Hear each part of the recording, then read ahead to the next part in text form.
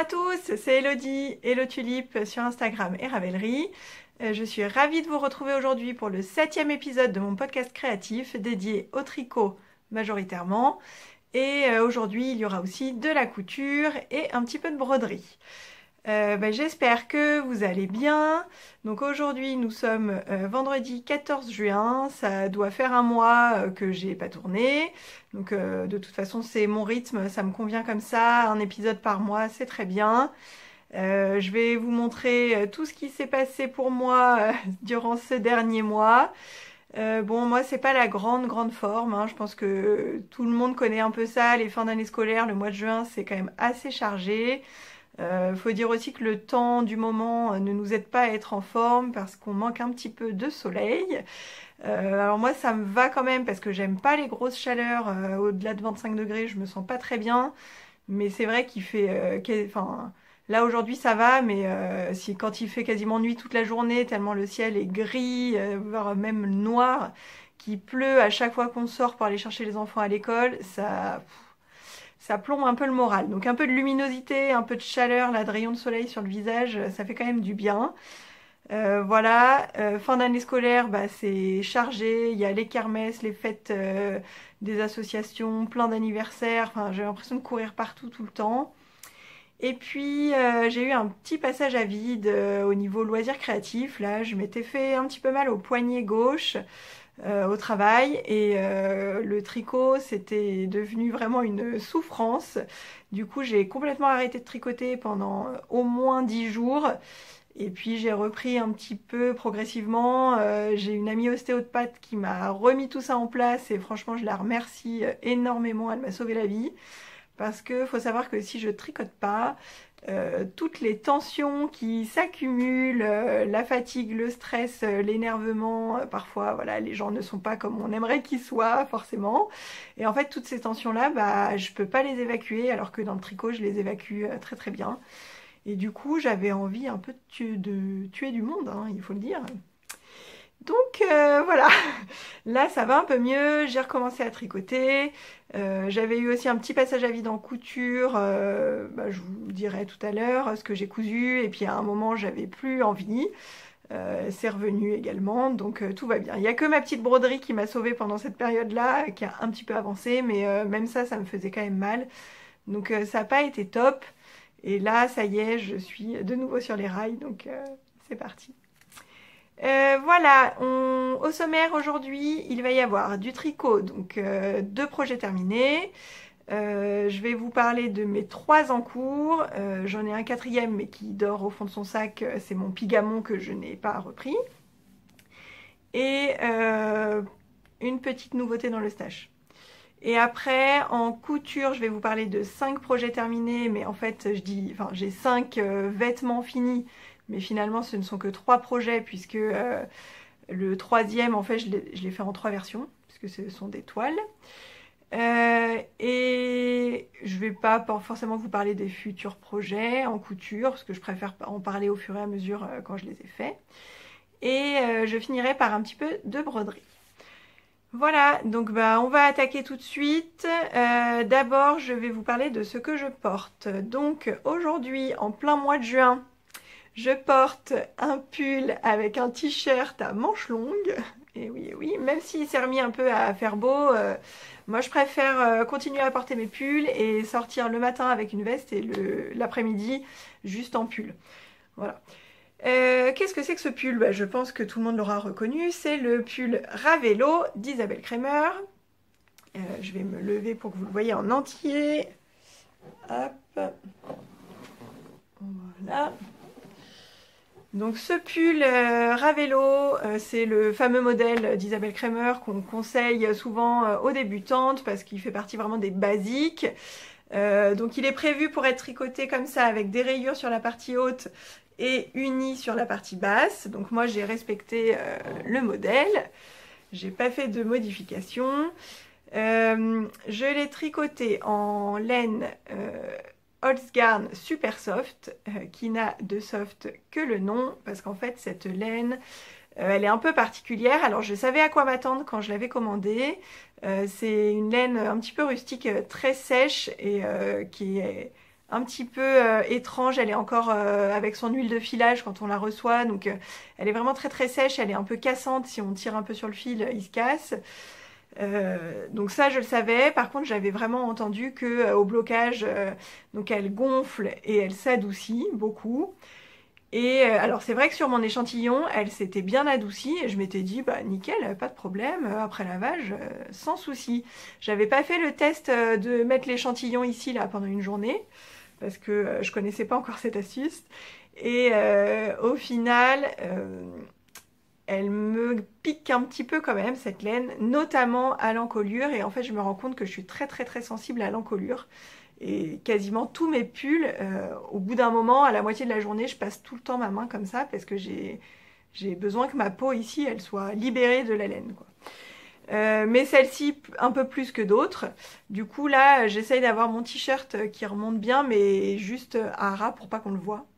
Parce que je trouve pas ça très joli quand on le voit. Et ça va.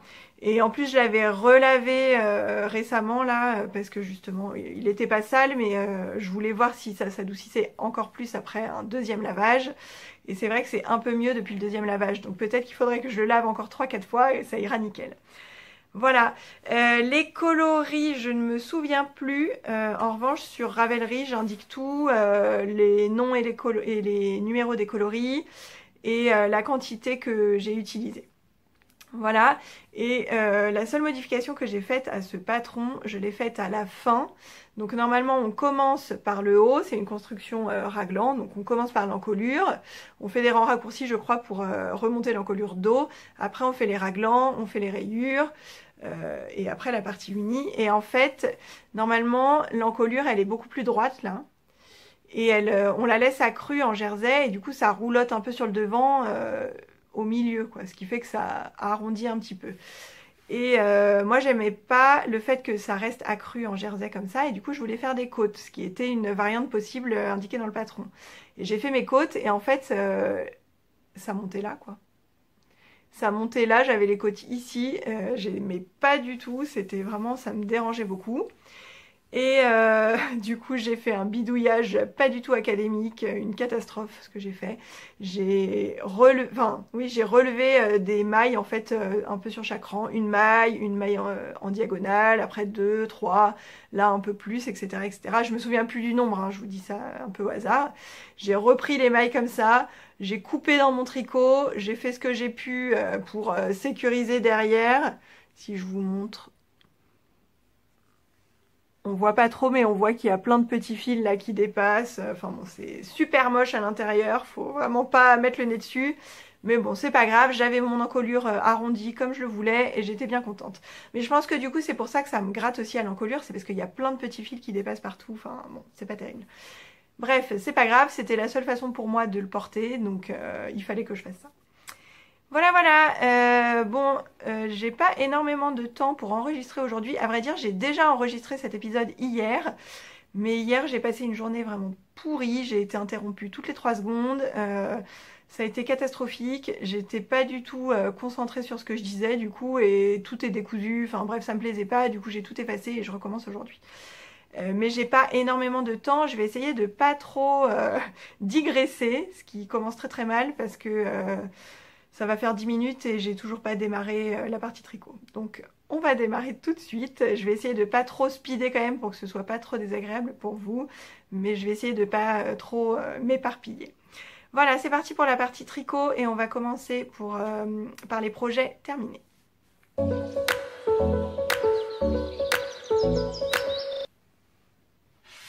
Alors, premier projet terminé. Vous le voyez tout à l'heure derrière moi. Il s'agit du gilet Yassen de Marie-Amélie Design. Ce gilet est vraiment splendide. Oui, bah, je me fais des compliments, peut-être ça, enfin, ça donne l'impression que je me fais des compliments, mais je dis pas que ma version est splendide, je dis que le patron est vraiment top, top, top, top, top. Il est très très beau, je l'adore, franchement, et je suis presque dégoûtée que là ils se mettent à faire un peu plus beau dehors parce que je voudrais pouvoir en profiter maintenant, mais bon c'est pas grave, j'en profiterai au mois de septembre et ce sera parfait. Alors, ce gilet Yassen, donc de Marie-Amélie Design, qui est marmelade sur Instagram. Vous connaissez ma passion pour les projets, enfin les designs de Marie-Amélie. J'en suis 100% fan, j'adore tout ce qu'elle fait. Celui-là ne fait pas exception. Je vous en ai déjà parlé puisque je vous l'ai montré plusieurs fois, c'est dans mes projets en cours, dans les derniers épisodes. Je l'ai commencé le 1er janvier dans le cadre de la Caston Party du Nouvel An organisée par Magdalena Triple L de Mag. Et je le termine seulement maintenant parce qu'à chaque fois, à chaque période où je voulais le reprendre, il y avait des tricots plus urgents qui passaient devant. Mais là, il était temps que ça se termine et c'est chose faite. Alors, je vais vous parler de la construction je vais vous parler du patron en fait et après je vous parlerai de la laine. Là, je vous le montre de dos. Donc pour que vous voyez la dentelle. Et vous voyez en fait par transparence que là on a une ligne et en fait c'est par là qu'on commence le projet. Donc on ne le commence pas du haut vers le bas, on ne le tricote pas dans ce sens-là, on le tricote dans l'autre sens. À partir du milieu dos, ici la ligne de démarcation là, on monte des mailles ici et on tricote cette dentelle là, cette bande de dentelle comme ça. Et à un moment, on fait des augmentations sur le côté avec des rangs raccourcis pour faire un V et ça fera en fait l'encolure du devant. Donc on tricote ça comme ça, tac tac tac. À un moment, on ferme la bande qu'on a en rond et on tricote en rond la partie de dentelle jusqu'au bout de la manche. La manche est toute droite, il n'y a aucune diminution pendant la manche et comme ça on ne touche pas au motif de dentelle, il reste identique tout le long. La manche est assez longue. Et arrivé au bout, on fait des rangs avec beaucoup de diminutions, puis des côtes de 2. Et en fait, du coup, ça donne une manche bouffante bien resserrée au poignet. Quand on a fait ça, on repart de notre rang de montage, on relève les mailles et on tricote exactement la même chose dans l'autre sens. De là, hop, le lever ici, on ferme notre bande en rond, on tricote jusqu'au bout de la manche, les diminutions, les côtes de 2, on rabat. Je rabats toujours mes côtes avec les mailles comme elles se présentent. Donc une maille envers, je la tricote envers, une maille endroit, je la tricote endroit. Et je rabats en passant la deuxième maille de l'aiguille droite par-dessus la première. Donc de façon vraiment classique. Par contre, j'augmente de taille d'aiguille pour que ce soit assez souple. Voilà. Donc une fois qu'on a fait toute cette bande de dentelle, plus les manches, on va relever tout le tour le long de la dentelle, le dos et les deux demi-devants. Et on va continuer en jersey. Alors on a encore quelques augmentations à faire sur le côté pour finir le V de l'encolure. Et après, c'est tout droit jusqu'en bas. Quand on arrive à la longueur souhaitée, on fait des côtes de 2, les mêmes côtes qu'aux manches. Et on rabat, et je rabats de la même façon que pour les manches. Et ensuite, il ne reste plus qu'à relever tout le long des demi-devants, de l'encolure, dos et l'autre demi-devant pour faire les pattes de boutonnage. Elles sont faites en côte de 2 également, je crois bien, hein, oui. En côte de 2 également. Et pareil, on rabat. Donc évidemment, on fait des boutonnières d'un côté. On rabat et c'est fini. Voilà. Je vous montre tout de suite les boutons. Donc ça, ce sont de magnifiques boutons en porcelaine de Atelier Camélire. Et c'est Amélie du compte Instagram Meltricote qui me les avait offerts dans le cadre du swap qu'on avait fait dans le cal au fil des saisons. Donc c'était l'année dernière ça. Ils sont tous différents, ils ont tous un dessin différent, mais ils sont tous très très beaux. Voilà, et un petit papillon pour finir. Voilà, donc je suis très contente d'avoir utilisé ces boutons parce que déjà, comme c'est quelqu'un qui me les a offerts, ils sont précieux. C'est quand même du très très joli travail, hein. Atelier Camélire, je pense que vous connaissez ces boutons, c'est vraiment très très beau. Et du coup, j'avais 6 boutons. C'est pas évident de trouver un modèle de gilet où on a besoin que de 6 boutons pour adultes, hein. Je voulais pas les utiliser pour un gilet enfant. Et du coup, là, quand j'ai vu qu'il fallait que 6 boutons, c'était parfait. Les dessins, ils sont un peu marron, mais avec une touche un peu violine, et du coup, je trouve que ça va très très bien avec. Donc merci Amélie, comme tu vois, tes boutons ont trouvé leur projet, et j'en suis ravie. Voilà, donc le patron est très très bien expliqué, super simple. La dentelle, elle est un peu longue à faire parce que les manches sont vraiment longues, mais elle est très simple. Si on sait faire deux mailles ensemble, un GGT et un jeté, maillon droit, maillon vert, on sait faire la dentelle. Donc en plus elle se retient très très très facilement, c'est le principe de la dentelle est très simple. Donc moi je suivais pas du tout le patron, hein, une fois que j'avais fait quelques rangs. J'ai suivi quand il fallait faire les rangs raccourcis pour faire le V de l'encolure. Mais après, pendant toute la manche, j'ai pas du tout eu le nez sur le patron. Donc c'est du tricot transportable. Enfin, pour moi c'est zéro cerveau, vraiment. Voilà, pas compliqué du tout. Et puis après c'est que du jersey, donc hyper simple. Il n'y a vraiment rien de difficile. Voilà. Et au niveau de la laine, parce que je ne vous ai pas encore parlé de la laine, alors je dois avoir l'étiquette quelque part. Voilà, voilà. Donc la laine, c'est une laine fil d'art. C'est de la fil mérinos 3,5. Le coloris, on le voit en haut ici, c'est Bourgogne. Donc c'est un bordeaux, hein. C'est un bordeaux, je vous avais déjà dit, moi je suis difficile sur le bordeaux. Celui-ci serait peut-être un tout petit peu sombre pour être mon bordeaux parfait. Un peu, le marron est un peu trop présent en fait. S'il était un tout petit peu plus rouge, ça serait parfait. Mais il est très bien quand même. Et donc c'est de la laine mérinos peignée, 100% laine mérinos traitée superwash. Il y a 130 mètres par pelote de 50 grammes. Donc c'est une équivalent DK, fine DK et sport épaisse quoi on va dire. Et en fait elle est certifiée Ecotex, donc ça c'est très bien. Voilà. C'est mon mari qui me l'avait offerte à Noël, on avait choisi ensemble hein, parce qu'il sait pas trop ce qui s'y retrouvait dans les laines et tout, donc quand il veut me faire un cadeau laineux, je l'aide. Donc c'est lui qui me les avait offertes, il m'en avait offertes 10. Et j'en ai utilisé 8 et sur ma 8e il me reste ça. Donc il me reste 2 pelotes entières. Je pense que je pourrais me faire un bonnet cet hiver, ça sera génial, je suis trop contente en fait qu'il m'en reste, c'est trop cool. Voilà donc 7 pelotes et demie, ça fait 350 grammes de laine, entre 350 et 400 grammes de laine dans ce gilet. Voilà. Et donc la laine, elle est hyper agréable déjà au tricot, je la trouvais très très bien. Elle a une bonne définition de points, j'aime bien le rendu.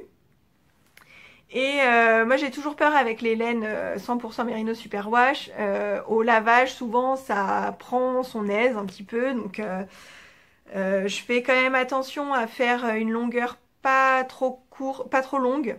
Je le fais un tout petit peu trop court parce que je sais qu'au lavage, ça va se détendre.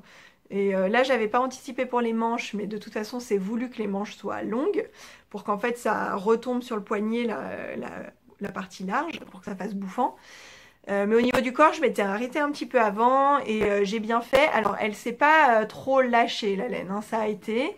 Mais moi, du coup, j'ai pu... Normalement, pour les 100% Merino Superwash, je mets dans l'eau, je laisse tremper, j'essore tranquillement. Surtout, je ne sors pas le projet comme ça, je ne le tire pas pour pas que ça prenne tout son poids quand il y a toute l'eau là. Donc j'appuie bien dans le fond du lavabo et après je le ramasse en boule et je le mets sur la serviette pour l'étaler à plat.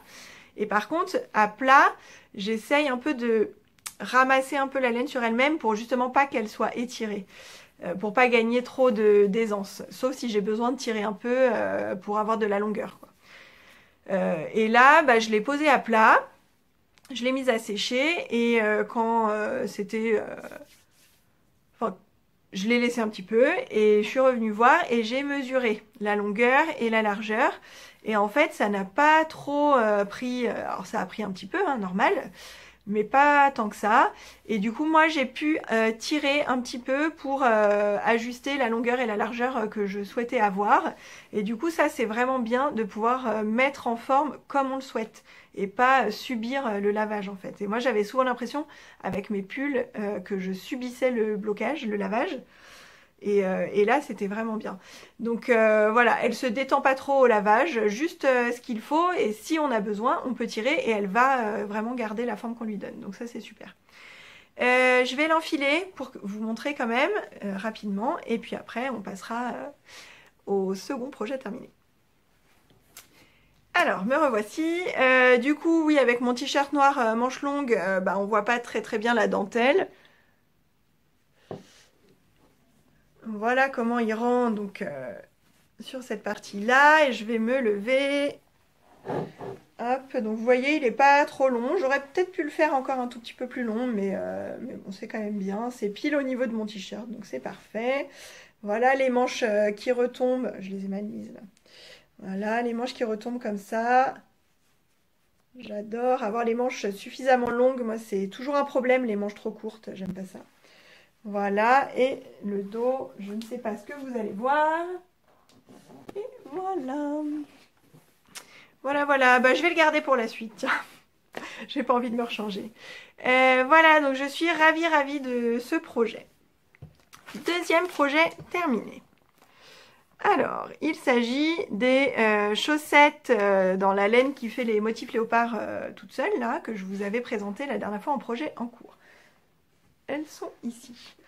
Alors, je vous montre mes chaussettes. Elles sont pas bloquées parce qu'en fait, je bloque pas mes chaussettes avant de les porter pour la première fois. Je les porte et après, je les lave. Voilà. Je les bloque pas en avance, quoi. Donc, je vous les montre juste comme ça. Donc, je suis ravie de ces chaussettes. Je vais vous montrer l'étiquette de la laine d'abord. Alors, la laine, c'est ça. Ça s'appelle Kinda Magic Sock Yarn et c'est vendu par Regia en collaboration avec Wool and the Gang. Et le coloris que j'ai utilisé, c'est Cool Cat Copper. J'ai une deuxième pelote dans un coloris rose que je vais faire aussi, mais pas tout de suite. Je vais vous dire pourquoi. Alors, dans cette pelote, il y a 80 grammes de laine pour 320 mètres. Et donc j'ai tricoté mes chaussettes en 2,25. Alors en fait, la laine, au début, on commence par l'intérieur de la pelote. En fait, il y a un endroit où on doit tirer, c'est indiqué, c'est hyper pratique. Et on a d'abord de la laine de cette couleur-là. Et en fait, on doit tirer toute cette laine-là, la couper et la garder de côté. C'est ce qui nous servira à mettre le fil pour marquer l'emplacement du talon, parce que c'est un talon après coup. Ensuite, on arrive sur un bout de laine écru. Donc ce sont des chaussettes qui se tricotent des côtes vers la pointe, de haut en bas. Donc on arrive sur un bout de laine écru et ce bout de laine écru nous sert à faire le montage des mailles. Donc on monte, alors il est préconisé un long tail caston. Moi ça me disait rien, j'avais peur que ce soit pas assez élastique, donc j'ai fait un German Twisted Caston. Et effectivement au niveau de l'élasticité c'est plutôt pas mal. Mais du coup c'est pas forcément le montage le plus joli, on va dire. Mais bon c'est pas grave, moi l'important c'est pas forcément que ce soit ultra méga joli, c'est surtout que ce soit pratique et que ça tienne. Ensuite, donc on fait le montage avec cette partie de laine écrue, on arrive sur du bleu et là on nous demande de faire un certain nombre, non pas un certain nombre de rangs, en fait on fait des côtes tant qu'on est sur la partie bleue de la laine. Alors normalement c'était des côtes 1-1, moi je remplace les côtes 1-1 par des côtes torse pour deux raisons. Déjà pour resserrer un peu les côtes parce que comme je change pas de numéro d'aiguille sur des chaussettes entre les côtes et le corps de la chaussette, bah du coup je trouve que ça fait pas son effet de resserrer quoi. Donc je prends les côtes torse, je trouve que ça resserre mieux. Et en plus, quand on fait des côtes 1-1 classiques, je trouve que les mailles endroit, elles s'élargissent beaucoup et je trouve que le rendu est pas très joli. Donc j'ai préféré faire ça. Je pense même qu'en fait j'aurais dû faire des côtes 2-2 parce que je trouve ça encore plus joli. Mais bon, bref, c'est pas grave, c'est fait comme ça, c'est très bien comme ça. Et ensuite, on arrive à nouveau sur de l'écru. Vous voyez la première rayure. Donc là, on a toute une partie où la laine change de couleur régulièrement, 5 fois je crois. Donc ça fait écru, camel, écru et bleu. Et donc là, on a tous ces tours pour ajuster notre tension. Et on doit faire en sorte qu'une couleur prenne exactement un tour. Et quand on arrive à avoir ça, une couleur qui prend exactement un tour, ça veut dire qu'on a trouvé la bonne tension et que le motif va pouvoir se dessiner correctement. Donc voilà, j'ai fait ça. Et ensuite, on tricote en jersey, tout droit, tout simplement, et le motif se forme tout seul. On arrive ici, alors je vais vous montrer l'autre côté, voilà. On arrive à ce rang-là. Et là, normalement, vous voyez ce trait bleu, il ne devrait pas apparaître. Normalement, ça devrait être camel jusqu'au bout, puisque quand on voit le bleu apparaître à ce moment-là, il est temps de mettre en place notre petit fil jaune qu'on avait gardé au début pour marquer l'emplacement du talon. Bon, après, voilà, j'ai quasiment un quart de rang qui n'était pas bon, donc voilà. Mais ça n'a pas empêché le motif de se faire, donc c'est pas très grave. Donc on place notre fil jaune et on continue à tricoter toute la longueur du pied jusqu'à ce que la laine change à nouveau de couleur. Et là, on refait à nouveau le système des rayures, on vérifie qu'on est toujours bon au niveau de la tension, que ça fait toujours un rang par couleur. Et arrivé ici, on se retrouve qu'avec du bleu, et donc sur le patron, il est indiqué, donc moi je fais une pointure 39. Et il est indiqué pour ma pointure qu'il fallait que je fasse encore, je sais plus, 8 ou 11, je sais pas pourquoi j'ai 8 ou 11 en tête, quelques rangs supplémentaires tout droit, et que après je fasse les diminutions pour former la pointe. J'ai essayé la chaussette, enfin j'ai comparé à la longueur de mon pied, et pour moi j'étais déjà arrivée au bout, quoi, au niveau de mes orteils, donc il fallait que je fasse les diminutions de la pointe, et je trouvais ça bizarre qu'on me demande d'en faire plus, donc j'ai pas suivi les indications, et franchement, si j'avais fait, je sais pas, 8 ou 10 rangs de plus, j'aurais tout ça en plus sur ma chaussette, quoi. Donc ça ferait pas du tout un 39, parce que là, la chaussette, elle me va. Donc faut faire attention à ça. Si vous faites moins qu'un 39, arrivé ici, je sais pas comment vous faites, du coup. Ou alors vous faites plus d'augmentation, j'en sais rien, mais... Enfin, plus d'augmentation, plus de diminution, enfin le rythme de diminution doit être plus rapide, j'en sais rien, mais...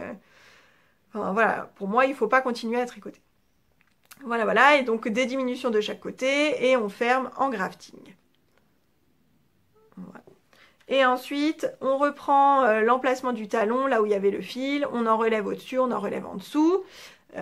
On en relève aussi, on relève une maille sur chaque côté pour pas qu'il y ait de trous, et on fait les mêmes diminutions que pour la pointe, un grafting au bout, et c'est terminé.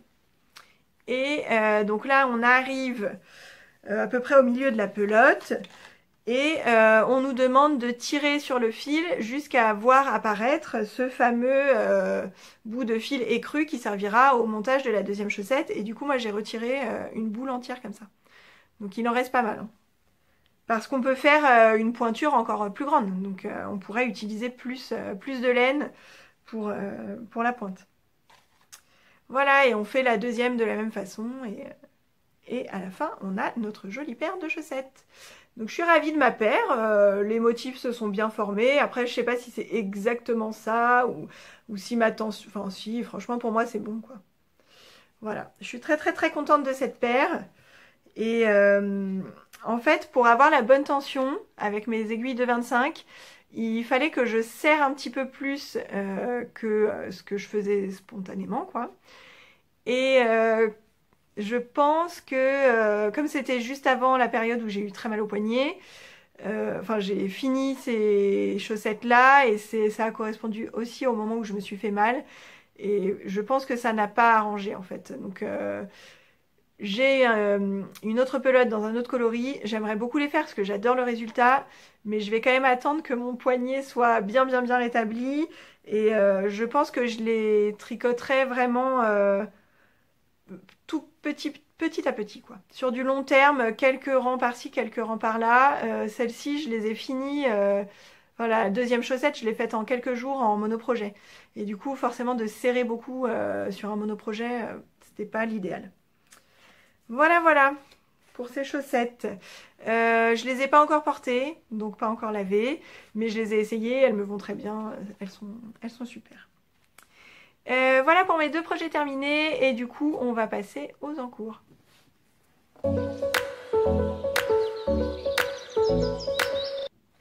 Alors, mes projets en cours. Du coup j'ai 3 en cours, Et je ne compte pas le Pigamon qui est au fond du sac à projet que je n'ai pas repris encore.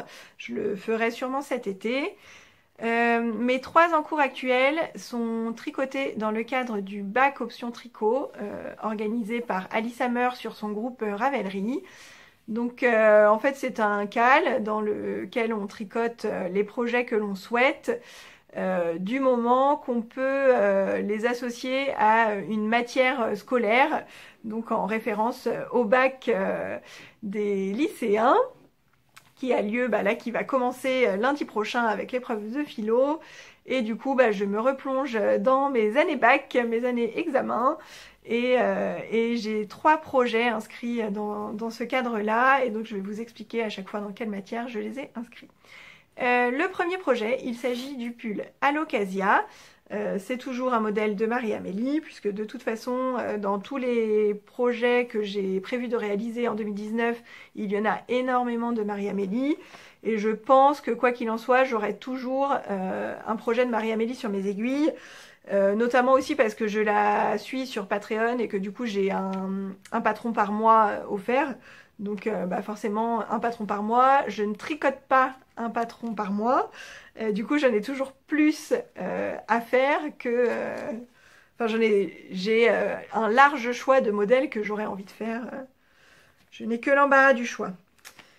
Alors, le pull Alocasia. Je vous montre la laine d'abord peut-être. Je vais vous montrer la laine.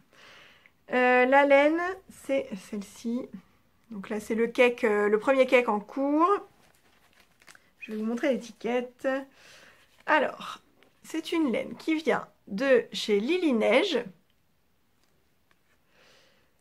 Et c'est de la fingering, 410 mètres au 100 grammes. Et c'est 75% baby alpaga, 25% soie. Et le coloris, c'est Queen of the Night. Donc Lily Neige, en fait c'est un élevage et une filature française. Donc ils élèvent leurs propres alpagas, ils les tondent et ils filent la toison et ils les teignent également, il me semble. Et voilà, ce fil je l'ai acheté en destache il y a déjà un peu plus d'1 an. C'était la première fois que je mettais un budget tel dans de la laine. Du coup, j'ai tardé à l'utiliser parce que je voulais vraiment pas la gâcher. En fait, j'ai commencé il n'y a pas si longtemps que ça à tricoter, il y a 2 ans et demi. Donc en 2017, j'ai tricoté notamment un modèle fil d'art qui m'a pris la moitié de l'année. Et puis après, j'ai acheté un peu de drops. Des laines sur le site Butinette en promo pas trop cher. Voilà, j'étais pas sûre d'accrocher dans le temps parce que souvent moi je me lance dans certaines choses. Au début je suis à fond et puis après ça s'en va et ça revient. Et en fait, je voulais pas mettre trop cher dans les laines. Et puis, quand je me suis rendu compte que vraiment, au bout d'1 an, j'accrochais toujours autant. Après, j'ai découvert les aiguilles circulaires, j'ai découvert Ravelry, les patrons de Marie-Amélie. Bon, voilà, j'ai compris tout de suite que c'était pas juste l'histoire de quelques mois, que ça allait bien durer cette histoire-là. Et du coup, j'ai commencé à regarder les écheveaux teints à la main. Donc les premiers écheveaux que j'ai achetés, c'était en promo ou alors parmi les moins chers du marché, entre guillemets. Et un jour, je suis tombée sur cette photo. Alors je ne sais plus exactement chez qui je les ai achetés. Mais je suis tombée sur cette photo sur un forum Ravelry. Et moi j'adore le violet. Et ce violet-là, je sais pas, j'ai vu la photo et j'ai su qu'il me les fallait. J'avais jamais acheté de baby alpaga et soie. J'ai un peu hésité par rapport au budget et au final j'ai craqué et j'ai pas du tout regretté. C'est juste que je voulais être sûre de faire le bon choix de patron en fait je voulais m'améliorer un peu en tricot, avoir un peu plus de projets, un peu plus d'expérience pour être sûre de pas me planter parce que je voudrais pas gâcher cette belle laine. Voilà.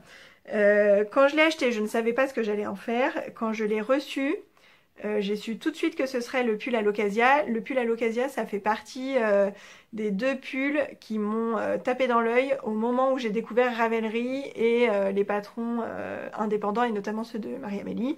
Il y avait le modèle Astrantia, celui avec les noppes et le motif avec des espèces de... Enfin, pour moi, ce sont des montagnes, mais il y a peut-être pour moi que pour moi que ce sont des montagnes. Et ce modèle-là, à l'Ocasia, que vraiment, je savais que je ferais un jour. Donc, Astrantia, je l'ai fait. À l'Ocasia, j'ai repoussé, mais ça y est, je me lance. Et du coup, après ça, il faudra que je trouve un autre projet. En fait, c'était mon Graal, ces deux-là. Donc, il va falloir que j'en trouve un autre. Bref, on n'en est pas là. Du coup, à l'Ocasia. Ah oui, si. Le coloris, donc violet, s'appelle Queen of the Night. Et du coup, Queen of the Night, c'est une chanson de Whitney Houston. Et c'est pour ça que j'ai inscrit ce projet dans la catégorie musique. Alors, le pull en lui-même, qu'est-ce qu'il donne? J'en suis là. J'en suis là. On commence par un montage provisoire. Je trouve mon petit fil. Au niveau du fil là que je tiens dans ma main, on fait un montage provisoire ici au crochet. On va tricoter d'abord la partie dos. Donc on tricote le dos avec quelques rangs raccourcis au début et on fait ce motif sur le côté. Et le motif, il est fait avec des mailles croisées qui se font sans aiguille auxiliaire. Et sinon c'est maille en droit, maille envers. Et sur le côté, il y a un système de mailles glissées et ça donne un peu comme un I-cord en fait. Mais il est tricoté en même temps.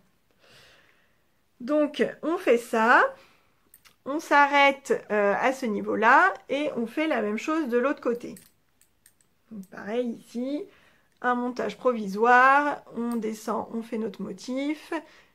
Et quand on arrive ici, on rejoint les deux demi-dos. Et on fait des diminutions au milieu et on suit le diagramme pour que le motif forme un V. Voilà. Ensuite, il doit nous rester quelques rangs à faire et on met en attente.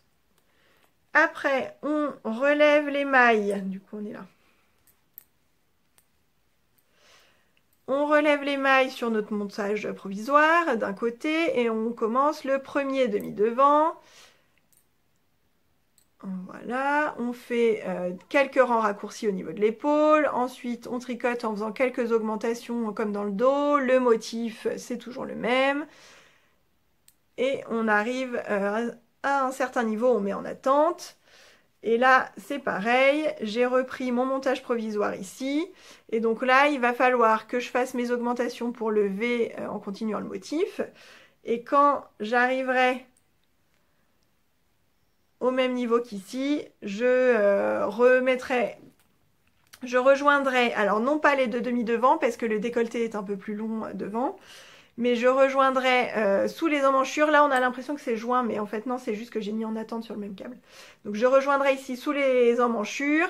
Je continuerai un petit peu en aller-retour le temps de finir le décolleté en V du devant. Et quand le décolleté en V du devant sera terminé, je serai en jersey en rond. Et enfin, jusqu'en bas. Et à la fin, je relèverai les manches et je les tricoterai. Voilà, donc c'est une construction que j'aime bien, où quand on commence par faire le dos, puis on reprend les demi-devants, on rejoint sous les manches. C'est pas du raglan, du coup c'est des emmanchures tombantes qui vont arriver là. Et les manches commencent comme ça. Au début, j'aimais pas ce rendu-là, des emmanchures tombantes. Et en fait, je l'ai fait une fois et j'ai trouvé que ça m'allait finalement bien. Et du coup j'aime bien. Voilà, donc le patron, alors il n'est pas simple, hein, parce qu'il y a ce motif là qu'il faut suivre. Derrière, quand on fait la pointe, faut bien suivre le diagramme, faut pas se tromper. Donc c'est pas ultra simple, c'est pas zéro cerveau, mais il n'y a rien de compliqué en soi. Il n'y a pas de pointe difficile à faire. Là, les petites mailles croisées, moi je les fais sans aiguille auxiliaire, c'est quand même beaucoup plus rapide. Et voilà, et sinon il n'y a rien de difficile. Et en revanche, il faut rester concentré sur le patron, quoi. Voilà. Je vous montre un peu la laine. Parce qu'en fait, elle a des jolis reflets qu'on voit pas forcément bien sur les écheveaux et en cake. Et là, pas forcément non plus. Mais ça passe un peu du violet et ça... Enfin, le violet devient parfois un peu plus rosé et parfois un peu plus sombre. Et c'est vraiment très beau. Et avec la soie, il y a une brillance vraiment... ce fil est splendide, il est super doux. Enfin, c'est un vrai bonheur à tricoter. Il glisse super bien sur les aiguilles.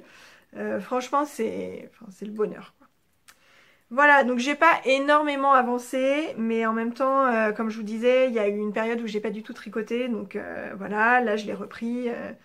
Je suis contente de pouvoir avancer et j'ai quand même hâte de rejoindre en rond pour qu'après ce soit vraiment zéro cerveau. C'est vrai que je vous le disais au début, je suis pas hyper en forme, le mois de juin c'est pas le mois que je préfère. On a hâte que l'année scolaire se termine. On est un peu fatigué, un peu speed, il y a quand même pas mal de choses à faire et du coup ce serait bien que ça devienne un peu plus zéro cerveau, quoi. Comme ça je pourrais vraiment l'avancer de temps, enfin par-ci par-là. Là je l'avance quand j'ai du temps devant moi et quand je suis posée. Voilà pour ce premier projet. Ensuite, mon deuxième projet en cours, toujours dans le cadre du bac option tricot. Celui-ci, je l'ai inscrit en maths et en éco-gestion. Donc le principe de la catégorie maths, c'est de designer soi-même son tricot, son projet. Donc c'est une grande première pour moi. Et le principe de la catégorie éco-gestion, c'est d'utiliser ses restes. Donc j'ai mixé tout ça. Et je fais donc... alors attendez, comment je vais vous montrer ça? Je vais vous montrer plutôt la partie dos. Je fais un petit gilet bébé avec les restes de mon tout premier tricot. Mon premier tricot, c'est un pull fil d'art, un modèle fil d'art, que j'avais fait pour l'un de mes garçons, le plus âgé, qui finalement ne l'a pas beaucoup porté, mais en même temps, je l'ai commencé en janvier, je l'ai terminé en mai, en 2017. En mai, il s'est mis à faire beau, du coup, il pouvait plus porter vraiment de pull. Et l'hiver d'après, il commençait à être un peu juste, il l'a mis 2-3 fois. Et puis, moi, mes enfants, ils ont 1 an et demi d'écart, donc voilà. Les vêtements trop petits de l'un vont directement au suivant. Et donc, le plus jeune l'a pas mal porté, il l'a bien aimé. Et puis en plus, le plus jeune aime bien porter des choses faites main, alors que le plus âgé, un peu moins. Voilà, donc je vais vous mettre le modèle de pull ici que j'avais fait. Et donc il me restait des laines. Et j'ai décidé de faire un petit gilet avec mes restes. Et donc c'est forcément bébé parce que avec les restes que j'avais, je pouvais pas faire plus. Donc la laine, c'est de la fil d'art Lambswool. Voilà. Donc Lambswool, c'est 51% laine d'agneau peigné et 49% acrylique. Il y a 134 mètres au 50 grammes. Et le coloris, là, c'est flanelle. Donc, sur l'étiquette, c'est indiqué, c'est conseillé en aiguille 3 et il nous donne un échantillon approximatif de 26 mailles. Donc, c'est considéré en fait comme de la fingering, alors qu'il y a donc 134 mètres au 50 grammes, ça fait 268 mètres au 100 grammes. Donc, ça serait plutôt sport d'écart, sport. Mais c'est vrai qu'elle est assez fine, pas très épaisse. Et moi du coup je tricote en 3,5 et j'ai un échantillon de 24 mailles. Voilà, donc ça c'est le coloris flanelle, c'est mon coloris principal, il me restait une pelote et demie. Et mes autres pelotes, j'ai pas l'étiquette, ça c'est le coloris citrus et ça c'est le coloris amiral. Et là il me restait quasiment une pelote, je crois qu'il restait 40 et quelques grammes de chaque. Voilà. Et donc avec ça, il fallait que je trouve un modèle de gilet. Alors à la base, j'avais cherché sur Ravelry des modèles.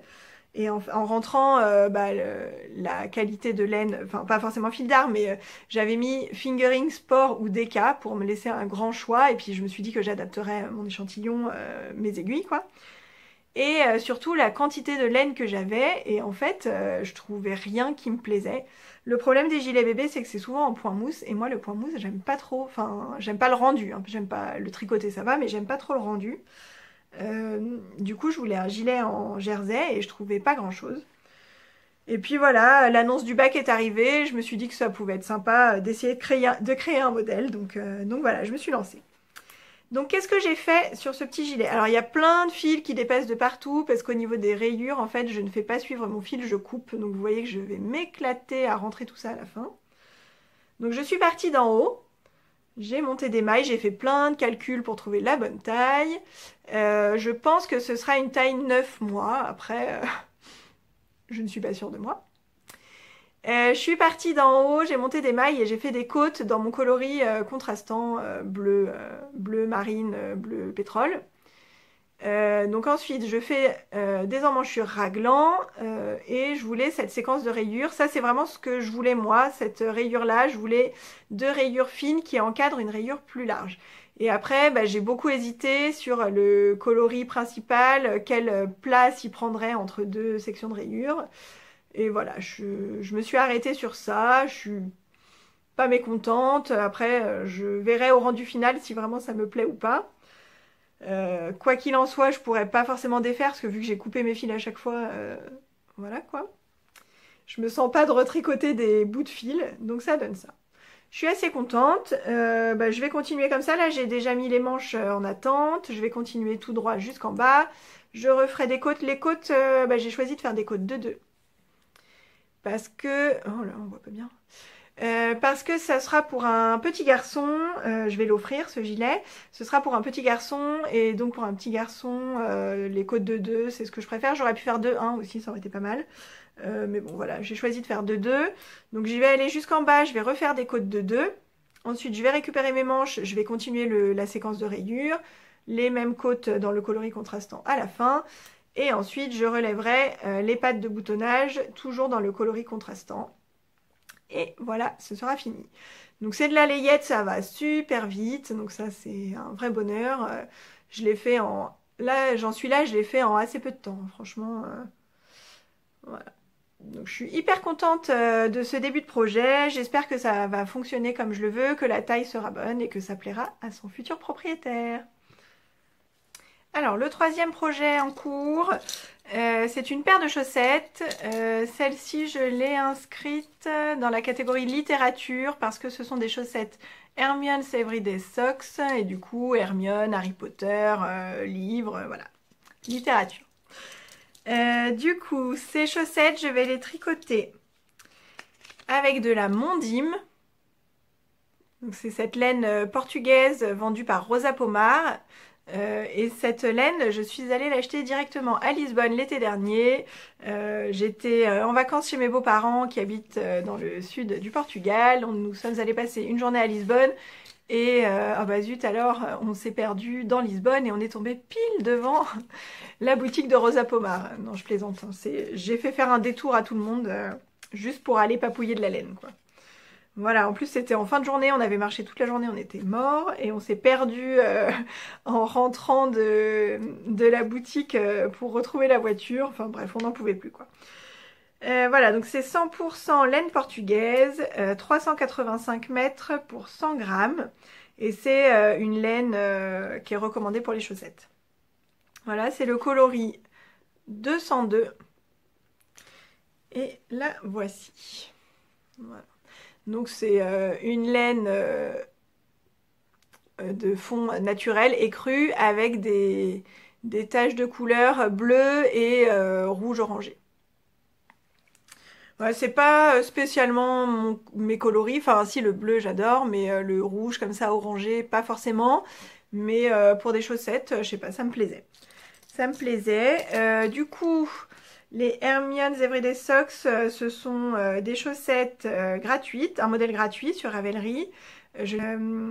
Et moi je les tricote donc avec des aiguilles de 25 en Magic Loop. Je fais toutes mes chaussettes en Magic Loop. J'ai pas encore investi dans des mini aiguilles dans les petites tailles pour chaussettes quoi.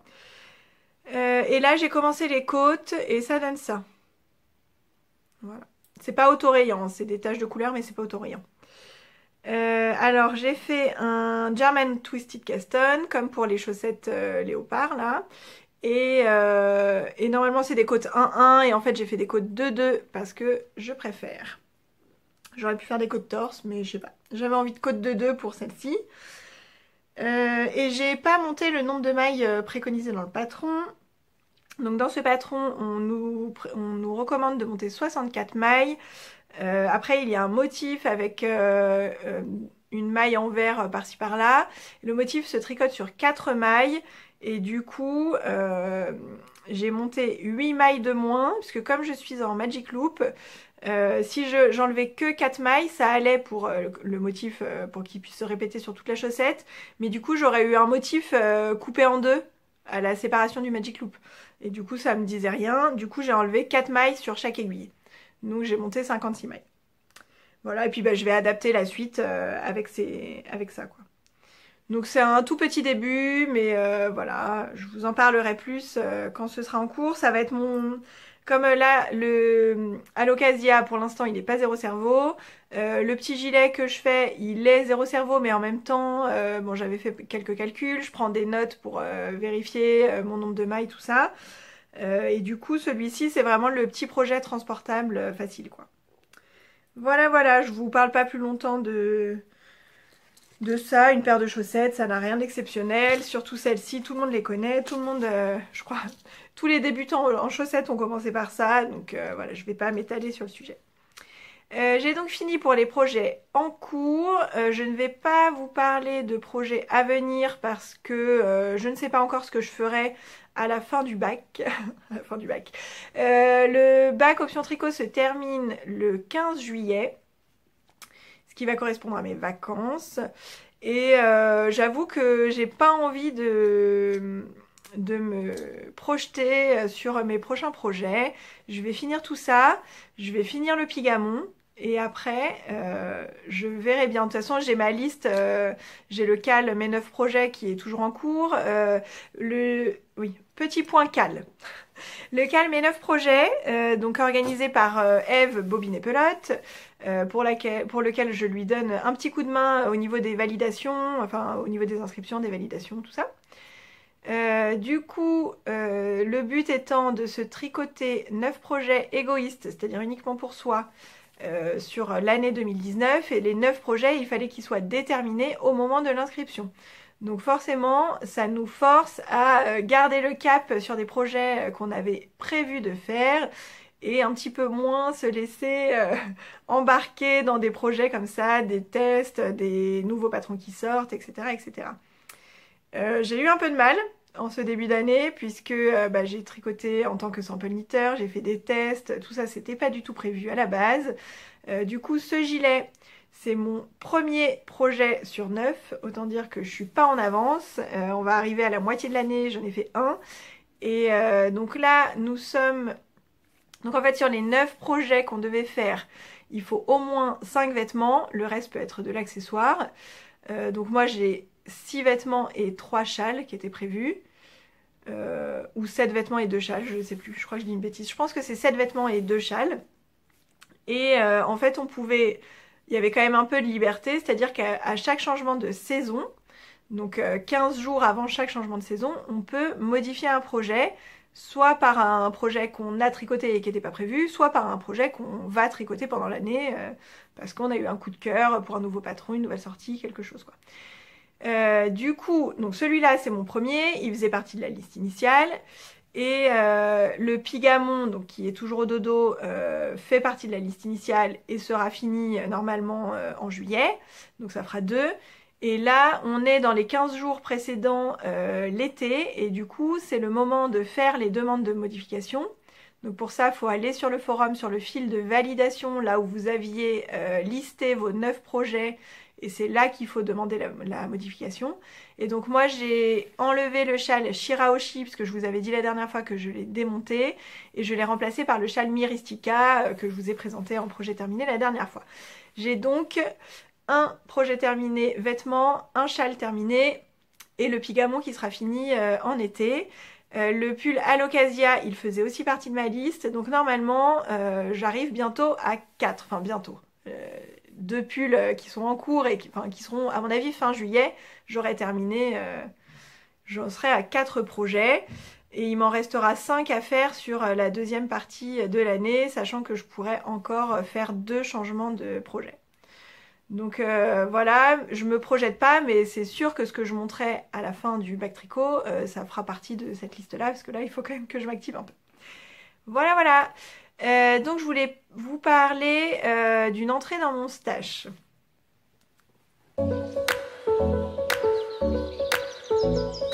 Alors, dans mon stash, donc, je suis toujours en no-buy. Alors, je m'impose pas le no-buy, mais disons que j'ai besoin de rien. J'ai pas trop le budget pour en ce moment. J'ai plein de projets prévus sur ma liste de 9 projets, justement. J'avais la laine pour tous. Donc, à un moment, quand on a de la laine pour 9 gros projets, ça sert pas à grand chose d'en racheter. Juste pour le plaisir de papouiller de la laine, oui. Le craquage qui n'est pas raisonné, oui, mais je n'en ai pas besoin. Donc j'essaye quand même de me tenir à ce no-buy. Cela dit, bah, en avril, il y avait eu mon anniversaire, je vous avais montré ce que j'avais eu. Et en mai, il y a eu la fête des mères. Et comme mon mari et mes enfants me connaissent très très bien, ils m'ont offert de la laine. Et en fait, ils m'ont offert de la laine à teindre, que je vais vous montrer. Donc j'ai 3 écheveaux, comme ça. Donc là, comme ça, vous voyez pas vraiment très très bien, c'est fait exprès. Je vais vous montrer l'étiquette et vous allez comprendre. Ces écheveaux, ils viennent de chez Laine et Tricot. Alors, ça s'appelle Gold Sparkle Sock. C'est donc 75% Merino Superwash, 20% nylon et 5% Gold Stellina. Donc Gold Stellina, c'est de la stellina dorée. Et donc ça brille, ça brille, ça brille. Vous voyez un petit peu là, ouais. Voilà, ça brille. Et c'est de la fingering, il y a 400 mètres pour 100 grammes. J'ai donc 3 écheveaux comme ça. Et ces 3 écheveaux sont prévus pour être teints à l'avocat, au noyau d'avocat plus exactement. En fait, ça fait, je pense, depuis qu'on a emménagé, donc depuis février, depuis les vacances de février, à chaque fois qu'on mange de l'avocat, alors je sais, Nathalie de By Night a bien expliqué les effets néfastes de la culture des avocats. Je sais que ça ne vient pas d'ici, c'est pas des circuits courts, tout ça. Il se trouve que nous, on mange pas mal d'avocats pour nos propres raisons. Je vais pas m'étendre sur le sujet. Voilà, bon, chacun fait comme il peut, comme il veut. On fait chacun des petits gestes, je pense. Les gestes qui sont faciles à faire pour nous, il y a d'autres gestes qui me paraissent moi plus difficiles. On ne peut pas se passer d'avocat. Et du coup, plutôt que de jeter les noyaux, je les ai mis de côté depuis qu'on a emménagé. Et là, je dois en être à 8 noyaux. Et je pense que pour teindre 3 écheveaux, c'est la quantité qu'il faut. Donc à chaque fois, je les ai bien nettoyés. Je les ai coupés en 4 et je les ai mis dans un sac congélation au congèle. Et là, je ne vais pas tarder à les décongeler. Je vais faire une décoction que je vais lancer le soir. Je vais cuire ça 1h30 dans de l'eau. Et je laisserai refroidir toute une nuit. Et le lendemain, je pourrai faire ma teinture. Donc j'ai bien hâte de faire ça. Et pourquoi je n'utilise que les noyaux? Parce qu'en fait, d'après tous les renseignements que j'ai pris... et là je fais coucou à Vinciane du côté de chez Vinciane qui parle beaucoup de ses essais de teinture, de ses expérimentations et ça m'inspire énormément. Alors bon, moi je vais pas faire autant d'expériences que toi Vinciane parce que j'ai pas énormément de laine à teindre et j'ai pas de budget pour en acheter plus que ça. Donc je voudrais vraiment que la laine que je vais teindre elle puisse me servir réellement pour un projet défini. Mais du coup quand on met la peau et les noyaux, ça tire plus vers le beige. Donc c'est un beige rosé, mais plus beige. Et moi, je voudrais un peu plus rosé. Et donc apparemment, avec les noyaux seulement, ça fait un peu plus rosé. Donc voilà, j'ai bien hâte de faire ça. Parce que déjà, les essais de teinture, je trouve ça sympa. Je trouve ça rigolo à faire. Et puis parce que j'ai bien envie d'avoir cette laine-là. Je pense qu'avec ça, je ferai un Lady Matilda. C'est le pull de Elong avec Anna, dont je vous mets la photo ici. Voilà, voilà. Donc ça, c'est la seule entrée dans mon stash du mois qui vient de s'écouler. Il n'y a pas d'achat prévu prochainement non plus. Donc pour l'instant, j'utilise ce que j'ai et ça me va très bien. Voilà, la partie tricot est terminée. Et on va passer à la partie couture.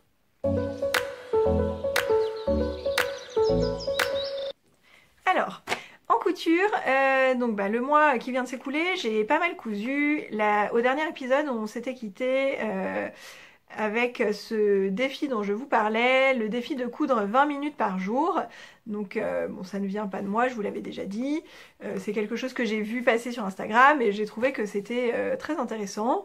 Alors pas pour forcément la durée pile poil 20 minutes, je mets pas de minuterie, je ne m'arrête pas au milieu d'une couture parce que le réveil sonne, parce que ça fait pile 20 minutes. Non, en fait c'est le principe de coudre un petit peu tous les jours. Voilà, c'est ça qui m'attirait.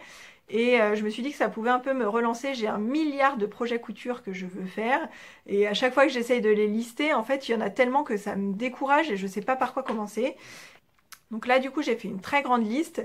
Mais j'ai aussi fait une liste plus courte. Et je trouve que j'arrive mieux à me tenir à une liste plus courte parce que ça me décourage moins, en fait. Voilà. Donc, j'ai continué à faire 20 minutes de couture par jour sur quasiment tout le mois de mai, sauf la dernière semaine où j'ai eu une petite démotivation parce que je ne savais pas quel projet entamer après le dernier projet que j'avais cousu. Donc j'ai eu un petit trou noir là d'une semaine, c'était en même temps que j'avais mal au poignet où je ne tricotais pas non plus, moralement j'étais pas très bien et du coup j'avais envie de rien. Voilà. Mais bon, les 20 minutes de couture par jour m'ont permis d'avancer pas mal sur mes projets. Et là, enfin, c'était mon défi du mois de mai. Là, j'ai arrêté et je fais des sessions couture quand j'ai du temps, un peu plus longues, enfin quand j'ai envie, quoi. Parfois, je peux m'y mettre pour 5 minutes et parfois, je peux m'y mettre pour 2 heures, quoi. Voilà, voilà. Donc, la dernière fois, quand on s'était quitté, je venais de finir une jupe 1001 perles. Donc la jupe 1001 perles, je vous montre le visuel. C'est cette jupe, ce patron de Ivan Soufflet, qui peut se décliner en 4 devants différents. Donc, il y a la version A classique, avec poche ou sans poche. La version B boutonnée sur le devant, avec poche ou sans poche. La version C, avec un jeu de plis qu'elle appelle solaire, parce que ça fait comme les rayons d'un soleil, avec poche sans poche. Et la version D avec des plis qu'elle appelle tulipe, avec poche sans poche. Et le dos de cette jupe est élastiqué. Depuis, parce que moi j'avais acheté ça il y a déjà 2 ans je pense, récemment elle a sorti un complément à son patron avec un dos ajusté, donc non élastiqué, et une fermeture invisible. Et du coup, moi je lui ai juste envoyé un mail avec le justificatif de paiement de mon patron et j'ai eu la version mise à jour. Voilà. Du coup, j'avais cousu la version la plus simple, c'est-à-dire version A sans poche, puisque c'était juste une toile. Et je vous avais dit que je devais en coudre une deuxième version dans un tissu un petit peu particulier, parce que c'était pour une soirée à thème, et le thème c'était tropical. Donc, j'ai cousu ma petite jupe et j'ai refait exactement la même version, c'est-à-dire que j'ai toujours pas fait de poche, puisque c'était juste, en fait cette jupe j'ai cousu juste pour la soirée. Donc juste pour la soirée, j'avais pas besoin d'avoir des poches. Classique quoi. Je l'ai juste cousu un tout petit peu plus serré je crois, parce que ma ceinture bâillait un peu sur l'autre. Voilà ma petite jupette. Voilà, voilà. Donc dans le thème tropical, je pense qu'on y est très bien. Et le dos élastiqué. Hop. Vous voyez, c'est hyper confortable ce dos élastiqué, c'est génial. Cette version-là, donc le tissu, honnêtement, c'est possible que je vous ai dit sa provenance la dernière fois, mais là, je sais pas pourquoi, impossible de me souvenir. En gros, c'est soit Benitex, mais je sais plus. Ouais, c'est peut-être Benitex. C'est soit Benitex, soit Tissu des Ursules, soit Toto. Voilà, je sais que ça peut pas être autre chose. C'est sûrement Benitex. Hein. Et en fait, c'est un coton. Alors, c'est pas un sergé. Non, c'est une toile de coton avec de l'élastane qui est un peu plus... bon, alors là, on voit pas trop... si, un petit peu, que c'est élastique. Ça contient pas beaucoup d'élastane, mais en fait juste ce qu'il faut pour que ce soit confortable. Et le tissu est très... Ah non, c'est un satin de coton élastane, je crois. Est un peu satiné et un peu plus épais que la cotonnade simple que j'avais utilisée. Et du coup, il se tient super bien et ça donne un super rendu. Il a été hyper agréable à coudre. Franchement, nickel, quoi. Voilà. Je me souviens plus exactement des modifications que j'ai faites. Je sais que ma première version, je l'avais rallongée et du coup, celle-ci, j'ai gardé la même taille que j'ai faite pour ma toile. Et je fais un tout petit tourlet au bout, je surjette le bord et je replie un tout petit peu et je surpique comme ça, tout simple quoi. Je fais simple, hein. Franchement pour moi la couture, j'ai beau avoir fait quelques pièces un peu plus complexes, la couture c'est censé aller plus vite que le tricot et quand je veux quelque chose il faut que ce soit fait assez rapidement. Et après il y a des périodes où j'ai envie de me lancer dans un gros projet, mais en règle générale quand je fais de la couture c'est parce que j'ai besoin d'un vêtement en particulier et donc il faut que ça aille vite, j'en ai besoin tout de suite maintenant. Voilà voilà, le patron est très très bien, bien que très, voire même un peu trop complet, donc je ne lis pas forcément tout, je vais à l'essentiel, mais bah, il est super bien fait ce patron. De toute façon Ibanez ses patrons c'est carrément un cours de couture quoi. Donc le patron est super et là j'ai bien envie de me faire cette version là, la version avec les plis tulipes et avec des poches cette fois-ci. Et je vais en faire d'abord une version toute simple dans une toile de coton noire et puis après on verra. Parce que du coup cette version à plis je la vois plutôt sur un tissu uni que sur un tissu à motif. Pour un tissu à motif je vois plus la version classique. Voilà pour ma petite jupe, je vous en parle pas plus que ça parce que je vous en avais déjà beaucoup parlé la dernière fois sur ma toile. Deuxième projet terminé, donc après ça j'étais toujours au mois de mai dans les 20 minutes de couture par jour et j'ai attaqué un projet qui était déjà découpé, PDF assemblé, patron découpé, tissu découpé et du coup c'était vraiment hyper simple d'avoir le projet fini assez rapidement, même avec seulement 20 minutes par jour. Donc il s'agit de la blouse Paoline. Donc c'est un patron de Anna Rose Pattern qui va du 34 au 46. Ah oui, alors je vous dis jamais, moi en principe je coule la taille 40 sur quasiment tous les patrons. Et ça m'arrive pour les jupes de descendre, enfin pour les bas de descendre au 38. Sur le haut, je suis en 40 au niveau des épaules. Après, au niveau, enfin, épaules et taille et tour de poitrine, je suis en 40. Et aux hanches, je suis plutôt 38. Voilà. Donc cette blouse en fait elle peut se faire en version blouse ou en version robe et moi j'ai choisi la version blouse d'abord pour tester et la version robe m'intéresse aussi mais c'est pas dit que je la fasse parce que bah, cet été il y a peu de chances qu'on parte en vacances et du coup les robes en région parisienne j'ai un peu de mal à en mettre. Je vous renvoie à mon épisode précédent où j'en parlais pour les jupes. Non pas que je n'aime pas mon corps, machin, tout ça, bon on a tous des complexes mais c'est pas le sujet du truc, c'est juste que je suis pas à l'aise ici à me mettre en jupe et en robe et par contre en vacances au bord de la plage, même à la campagne, tout ça, il n'y a aucun problème pour mettre des jupes et des robes. Voilà, après ça c'est un truc perso, hein, c'est moi dans ma tête, faut pas chercher à comprendre. Bref, du coup, même si la robe, je l'adore, je sais pas si je la ferai, en tout cas, peut-être pas cette année. Donc ma petite blouse, je vais quand même vous la montrer, hein, parce que j'en parle, mais je ne montre rien. Alors vous allez reconnaître le tissu, puisque c'est la doublure du blouson que je vous ai montré la dernière fois, le Bombers du magazine Automré, dont je vous ai beaucoup parlé la dernière fois, et que j'adore, et que je mets toujours tous les jours en ce moment, et franchement je suis trop contente de l'avoir ce blouson. Donc la voici. Ma petite blouse. Voilà. Donc, c'est une blouse avec un empiècement comme ça en V. Donc l'encolure est en V et l'empiècement descend jusque sous la poitrine en V. J'ai choisi de mettre du passepoil parce que je trouve que sur un tissu à motif, ça casse un peu et c'est pas mal. Le dos, il est en une seule partie avec les manches intégrées au dos et au devant. Et ensuite, il y a une basque qui est tout simplement un rectangle froncé. Là, on fronce et on rattache au devant. Et donc les manches, elles sont faites avec un très grand revers. Voilà. Alors le patron n'est pas difficile, il est bien expliqué, j'ai eu aucun souci de compréhension du patron. Le souci que j'ai eu, c'est dû à mon tissu.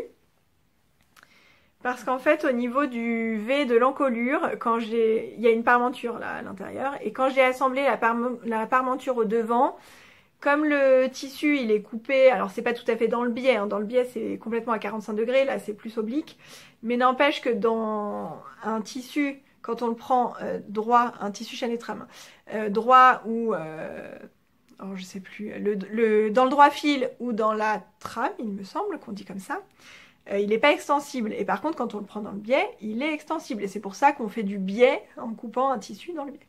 Pour que ça, quand on met le biais, ça puisse s'étirer et faire bien, par exemple, des formes arrondies, etc. Et du coup, comme là, il est coupé un petit peu en biais, le tissu avait tendance à un petit peu s'étirer sous le pied de biche. Et je me suis retrouvée avec une encolure toute gondolée. Là, c'était très, très, très, très moche. J'étais un peu dégoûtée. Et en fait, au fer à repasser, alors j'ai pas une centrale vapeur, j'ai juste un fer avec un bouton vapeur et un bouton qui permet d'envoyer un petit jet d'eau. Et du coup, j'ai envoyé de l'eau et j'ai repassé en même temps en essayant de ramasser un peu mon tissu et d'aplatir tel quel, quoi. Ça n'a pas trop mal fonctionné. Donc j'étais assez contente, enfin disons que ça l'a rattrapé, quoi. Voilà. Donc c'est la seule difficulté que j'ai eue avec ce patron.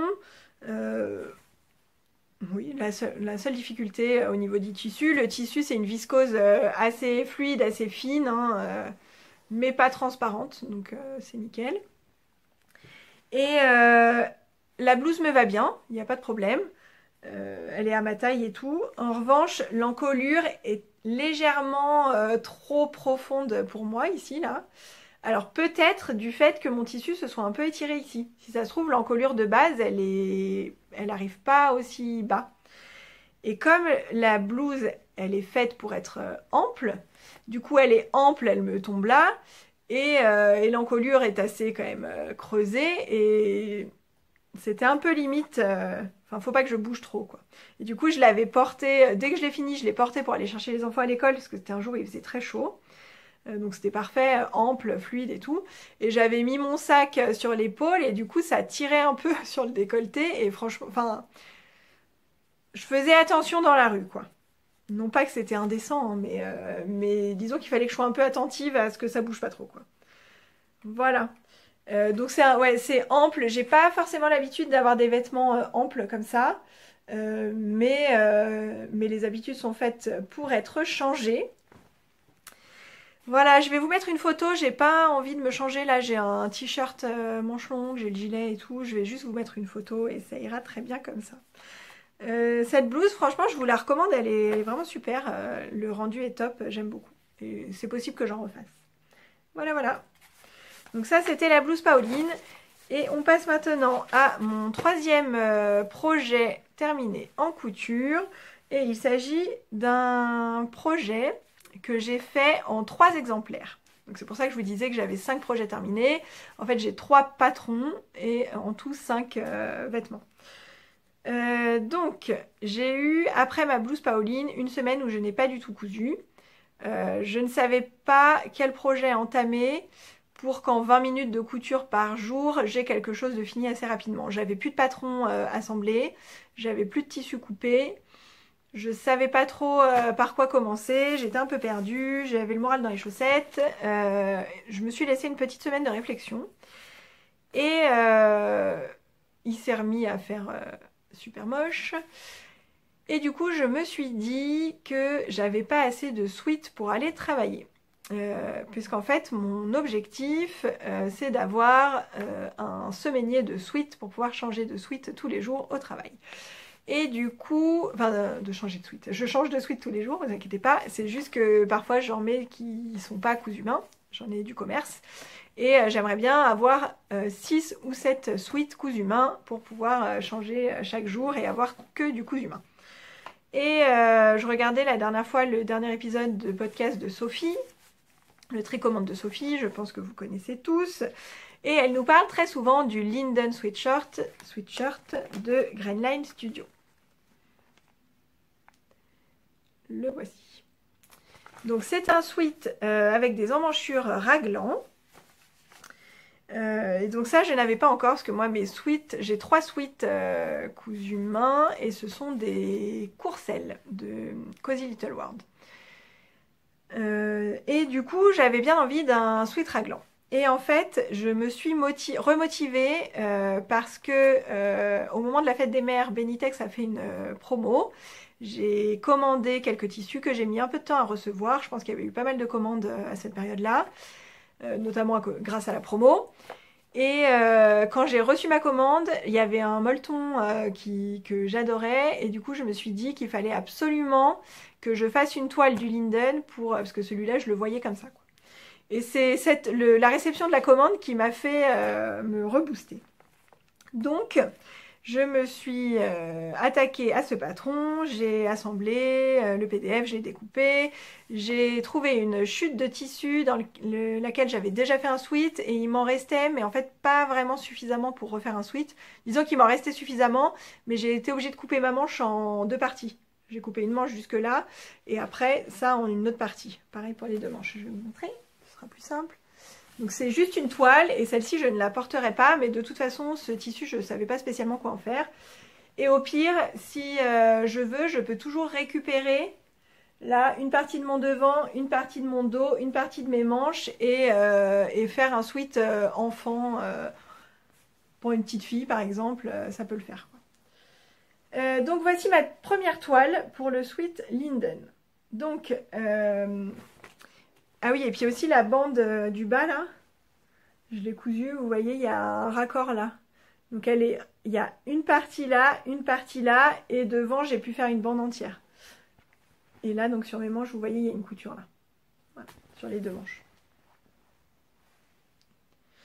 Alors après, je peux le porter, parce qu'en fait, la couture, elle arrive quasiment au niveau du coude, et quand je plie le bras, on voit même pas qu'il y a 2 parties. Je pourrais le porter, c'est juste que j'ai pas spécialement envie, quoi. Voilà. Pourquoi je voulais faire une toile? Parce que c'est un patron anglais ou américain, je ne sais pas. Toujours est-il que ce sont des tailles différentes dont j'ai pas l'habitude, donc taille 2, taille 4, taille 6, taille 8. Et c'est en pouces, c'est pas en centimètres le tableau des mesures. Du coup j'ai fait les conversions, mais j'étais quand même pas trop sûre de moi. Donc j'ai cousu la taille 8. Au niveau de la taille, ça va. Je me demande si j'aurais pas pu faire la taille 6, mais en fait ça c'est une réflexion que je me fais après coup. Quand je l'ai essayé, je me suis dit non, la taille est bonne. Mon souci, c'est toujours le même, c'est l'encolure. Alors là, j'ai toujours un problème d'encolure sur sur tous les vêtements que je couds, enfin tous les hauts que je couds. Et donc là, cette encolure, en fait, elle est pas trop mal au niveau de la profondeur de devant, mais par contre au niveau des épaules, alors là on se rend pas forcément compte, on a l'impression que c'est assez petit, mais en fait on voit énormément le t-shirt, ça arrive ici, quoi. Et ça me plaît pas. Peut-être que c'est mon t-shirt aussi qui est... Je pense pas que c'était ce t-shirt là que j'avais quand je l'ai essayé.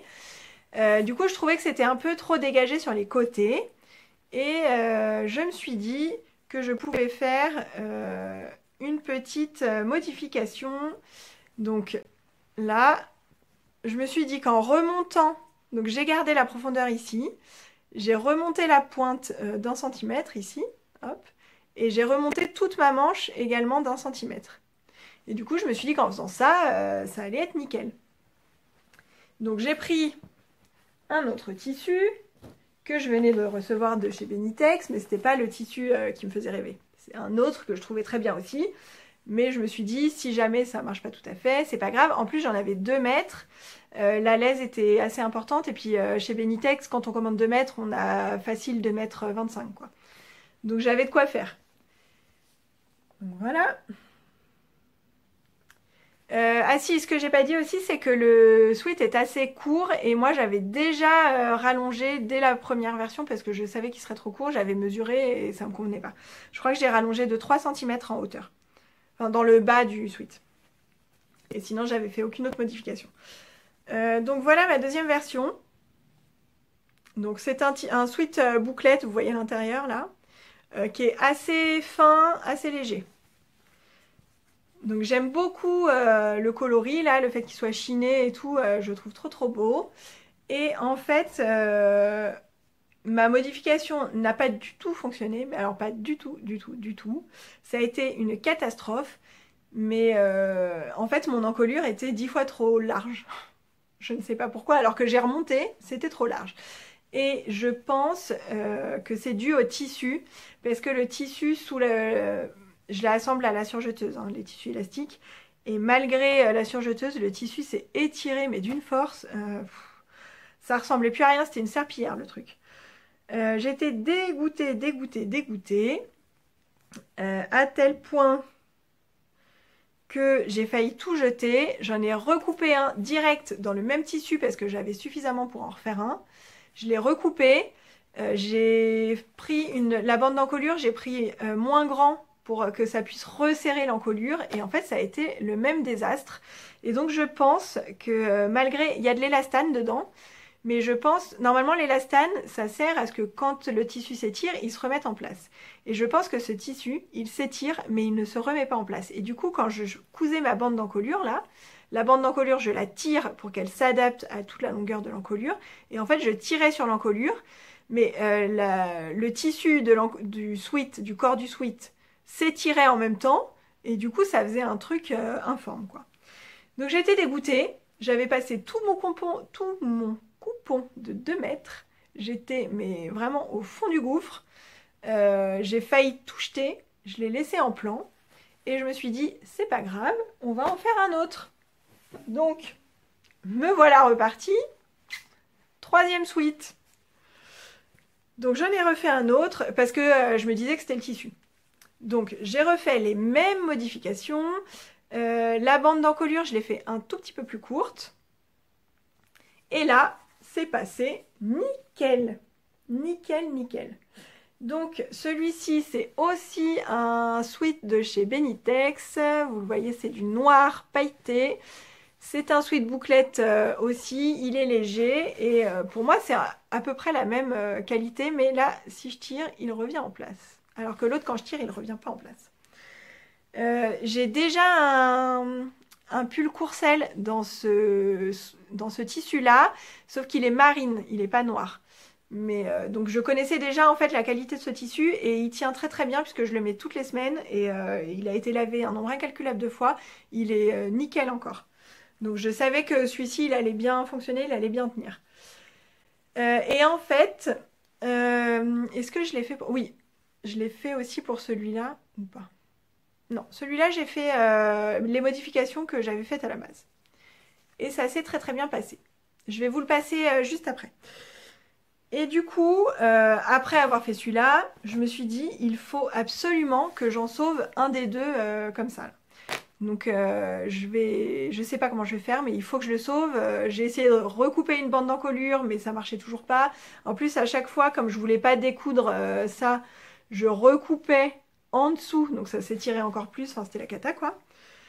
Et je sais pas, à un moment je me suis dit tiens, et si au niveau des raglans, parce qu'il était quand même relativement... j'avais de l'aisance en fait, j'étais pas serrée dedans. La taille était pas mal, mais j'avais de l'aisance. Et je me suis dit, et si au niveau des raglans, je coupais et je raccourcissais, enfin au lieu de coudre ici, au niveau de la couture, j'ai voulu gagner, pour que l'encolure soit moins large en fait, j'ai voulu gagner tout ça quoi, au niveau de l'encolure, et du coup je me suis dit qu'au niveau des raglans, je pouvais recouper et recoudre. Et c'est ce que j'ai fait. Et au final, ça a tout remonté, tout resserré. Donc ça a super bien marché. Et au final, j'ai sauvé mon pull. Alors du coup, ça l'a quand même un peu remonté. Donc en longueur, il est un poil juste. Mais je suis très très très contente d'avoir pu sauver mon pull. Et du coup, ces deux-là, je peux les porter. Donc je vais me changer. Je vais vous montrer ça. Alors voilà la version, la toute dernière version. La version définitive. Donc vous voyez en longueur, il est nickel. Moi, il faut que mes sweats soient un peu longs parce que je lève souvent les bras. Donc ça fait tout remonter. Donc là, en taille, j'ai un peu d'aisance, mais c'est ce qu'il faut dans un sweat. Au niveau des bras, le poignet arrive pile ici où il faut. Et l'encolure est bonne. Donc je suis très contente. Voilà. Et en fait, je vous ai dit une bêtise. Cette version-là, je l'ai cousue après avoir sauvé l'autre. Et je me souviens maintenant, j'ai coupé, donc le devant on le coupe au pli là, on le coupe plié en deux. Et en fait au pli j'ai enlevé 1 cm. Du coup mon encolure en largeur, elle est raccourcie d'1 cm. Et vous voyez que j'ai encore de la place, donc en fait c'est bon. Voilà, donc ça c'est la version noire. Et ça, c'est la version que j'ai sauvée. Et donc là, peut-être que vous voyez, je suis un petit peu plus serrée là au niveau des raglans, au niveau des épaules et tout. Mais j'ai quand même réussi à obtenir une encolure pas trop affreuse. Donc voilà, ça marche. Et en longueur, voilà, il est un peu plus court que l'autre. Mais ça marche quand même.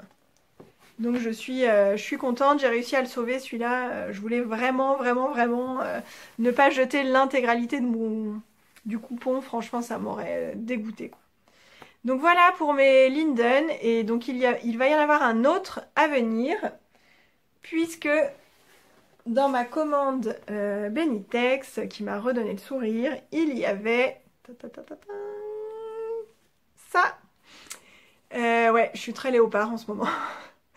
Voilà, ce sweat léopard, donc là c'est une chute qui me reste puisqu'il est déjà coupé. Et donc j'ai fait la même modification, à savoir que je l'ai coupé 1 cm plus étroit au pli. Voilà. Et l'encolure, j'ai refait les mêmes modifications que j'avais faites à la base. Donc c'est un sweat bouclette aussi, c'est le même en vert. Il n'est pas très très extensible, alors je sais plus dans quel sens il est, peut-être comme ça. Ouais, il est quand même extensible et il revient en place. Donc normalement, ça devrait convenir. Et sur celui-là, en fait, je voudrais mettre ici, au niveau des raglans, un passepoil noir. Et Christine du compte Atelier de Titine sur Instagram m'a alerté sur le fait que mettre du passepoil classique sur un tissu extensible, c'était pas forcément la meilleure idée qui soit. Donc je vais faire un test d'abord sur des chutes, je vais voir comment ça se comporte. Parce qu'en fait le problème c'est que le tissu est élastique, du coup à la couture il risque de s'étirer et mon passepoil il l'est pas du tout. Du coup ça peut faire gondoler les coutures ici, ça sera vraiment moche. Donc je vais voir ce que je fais, si ça marche ou pas sur les chutes, et puis bah je déciderai en fonction, et puis au pire sinon je mets pas de passepoil, c'est pas la fin du monde, hein. Mais je sais pas, je le voyais bien avec du passepoil noir histoire de casser un peu là. Voilà, et au début je m'étais dit aussi que je pouvais faire l'encolure en noir et les bandes de poignet, les bandes du bas et tout, et puis finalement j'y ai plus pensé quand j'ai coupé mon tissu, du coup j'ai tout coupé dans le tissu principal, donc je verrai quand je serai en train de le coudre ce qui me vient. Voilà, parce que je peux toujours recouper, c'est pas gênant. Donc ça, c'est mon futur projet. Et sinon, en futur projet aussi, je voulais vous parler d'un patron de Fiat Luxe qui vient de sortir en collaboration avec Couture Clos. C'est un patron de short ou jupe culotte qui s'appelle MacGyver. Je vais vous mettre une photo ici. Et ce patron, je le trouve trop bien. En fait, ce que j'adore, c'est le fait que sur la ceinture devant, elle est plaquée, la ceinture derrière, elle est plaquée, et les côtés, là où il y a des grandes poches, c'est élastiqué, et du coup, ça apporte le confort sans mettre trop de matière devant ou trop de matière derrière, là où on n'a pas forcément envie, quoi. Et je trouve que c'est hyper astucieux, le patron est très joli. Et je pense que pour cet été, j'aurais bien besoin de shorts et j'ai bien envie de me le faire celui-là. Et du coup, toujours dans ma commande Benitex, j'ai pris un sergé comme ça. Alors je crois qu'il contient aussi un peu d'élastane.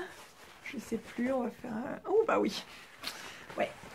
Donc il va être bien confortable normalement. Et voilà, je le sens bien. Je trouve que ça... Enfin, le coloris comme ça, dans les tons un peu kaki et tout, je trouve que ça va bien avec le nom du short, MacGyver, ça fait un peu... Ouais, je sais pas, j'aime bien. Je le sens bien comme ça. Donc peut-être je ferai une toile avant dans un tissu uni, je ne sais pas encore, mais j'ai bien envie de me coudre ça, ça me motive bien. J'ai pas encore acheté le patron, mais ça ne saurait tarder. Et je vais aussi avoir quelques trousses à coudre puisque la plupart du temps, en fin d'année, j'offre aux maîtresses des enfants une petite trousse cousue main, leur fait toujours plaisir. Ça change des chocolats, des fleurs ou des cartes cadeaux et en principe c'est très apprécié donc on ne change pas une équipe qui gagne. Voilà pour la couture à venir. Et je vais faire une dernière partie, donc je vous retrouve tout de suite pour une partie broderie. Alors, partie broderie. Du coup, je vous ai dit qu'à un moment, je ne tricotais pas, je ne cousais pas. Heureusement, j'avais ma petite broderie pour me tenir compagnie. J'en ai fait un petit peu quart d'heure par quart d'heure parce que malgré tout, donc j'avais mal au poignet gauche. Moi, je tiens le tambour de la main gauche et du coup je tiens mon aiguille de la main droite et donc quand je sortais mon aiguille enfin voilà, fallait quand même que je serre mon tambour, ça me faisait quand même un petit peu mal, donc j'en faisais pas pendant 1 heure non plus, mais voilà, c'était quand même supportable, enfin c'était ce qu'il y avait de plus supportable en tout cas. Alors j'ai attaqué ma petite broderie Nicolas Le Lama. Donc c'est un kit que j'ai acheté à l'AEF cette année qui vient de Un chat dans l'aiguille. Et donc c'est un kit qui contient le tambour, le modèle imprimé sur une petite toile blanche. Je peux vous le montrer parce que je ne l'ai pas utilisé en fait. Voilà, sur un tissu blanc tout simple. Le tambour, les fils, l'aiguille et les explications.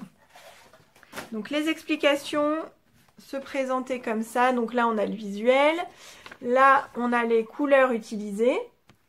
Donc pour se repérer, parce qu'en fait tous les fils sont mis ensemble. Il n'y a pas de... c'est pas des échevettes avec le numéro indiqué dessus. Hein. Il y a à chaque fois un fil et on sépare les brins du fil pour l'utiliser. Mais par contre on n'a pas les numéros. Les numéros il faut les trouver ici. Et ensuite...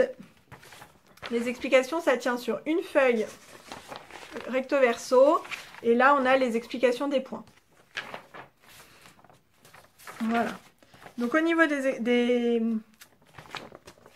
ce qu'il y a à faire, donc moi, j'ai fait cette partie-là, cette partie-là. Cette partie-là. Et je suis à attaquer justement le lama. Voilà, et après il me restera la selle du lama et ce sera terminé. Donc je vous montre ça. Hop, voilà où j'en suis. Donc, pourquoi je n'ai pas utilisé le dessin imprimé directement sur la petite toile blanche? Parce qu'en fait, là, la toile blanche, en fait, elle faisait juste la taille du dessin. Et l'idée, c'est de le laisser dans le tambour et de s'en servir comme décoration. Alors moi, ça ne me disait rien. Parce qu'en fait, la broderie, je trouve ça super beau. Mais j'ai pas envie que ce soit juste de la déco. De toute façon, à un moment, on fait une broderie, 2 broderies, 3 broderies. On va pas tout mettre, on va pas accrocher tous ces tambours là en déco. C'est pas possible. Enfin, chez moi, en tout cas, c'est pas possible. Et du coup, je me dis à chaque fois, si je fais une broderie, il faut que je puisse l'utiliser dans quelque chose. Donc là, j'avais fait le mandala, là, je l'avais mis sur du coton assez épais et j'en avais cousu un sac à projet. Et là, je me suis dit que j'allais faire exactement la même chose.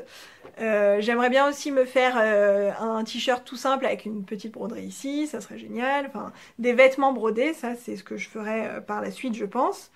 Mais pour l'instant, là, ce kit-là, il se prêtait pas à ça.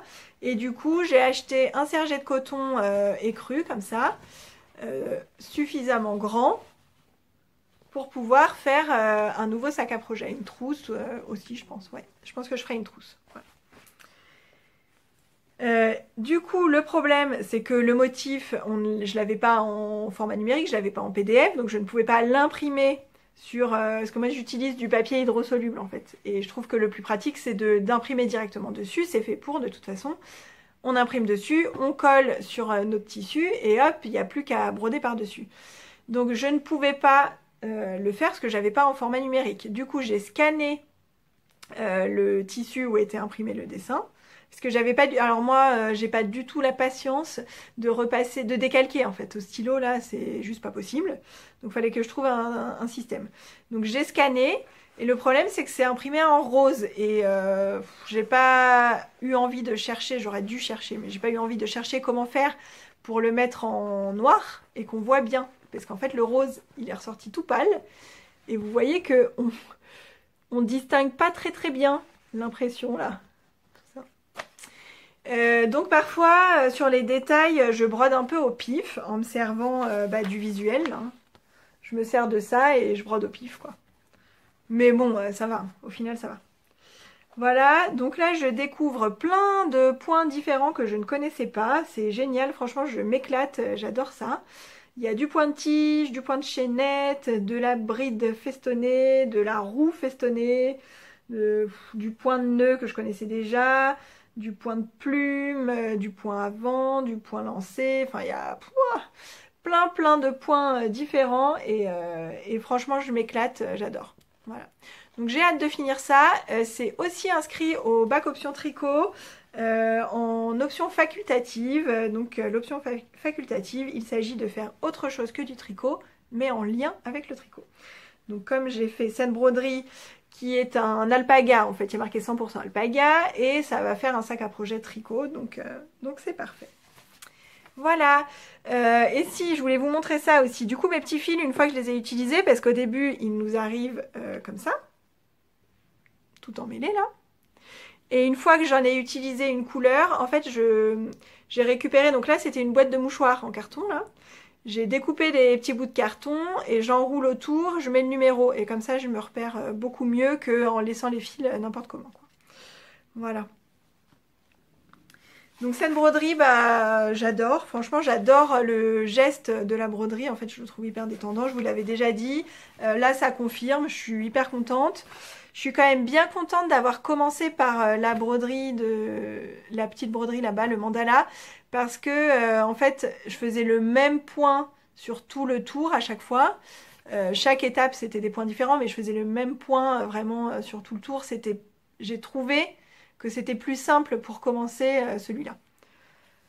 Là, il y a plein de points différents, donc faut suivre quand même. Voilà, c'est tout.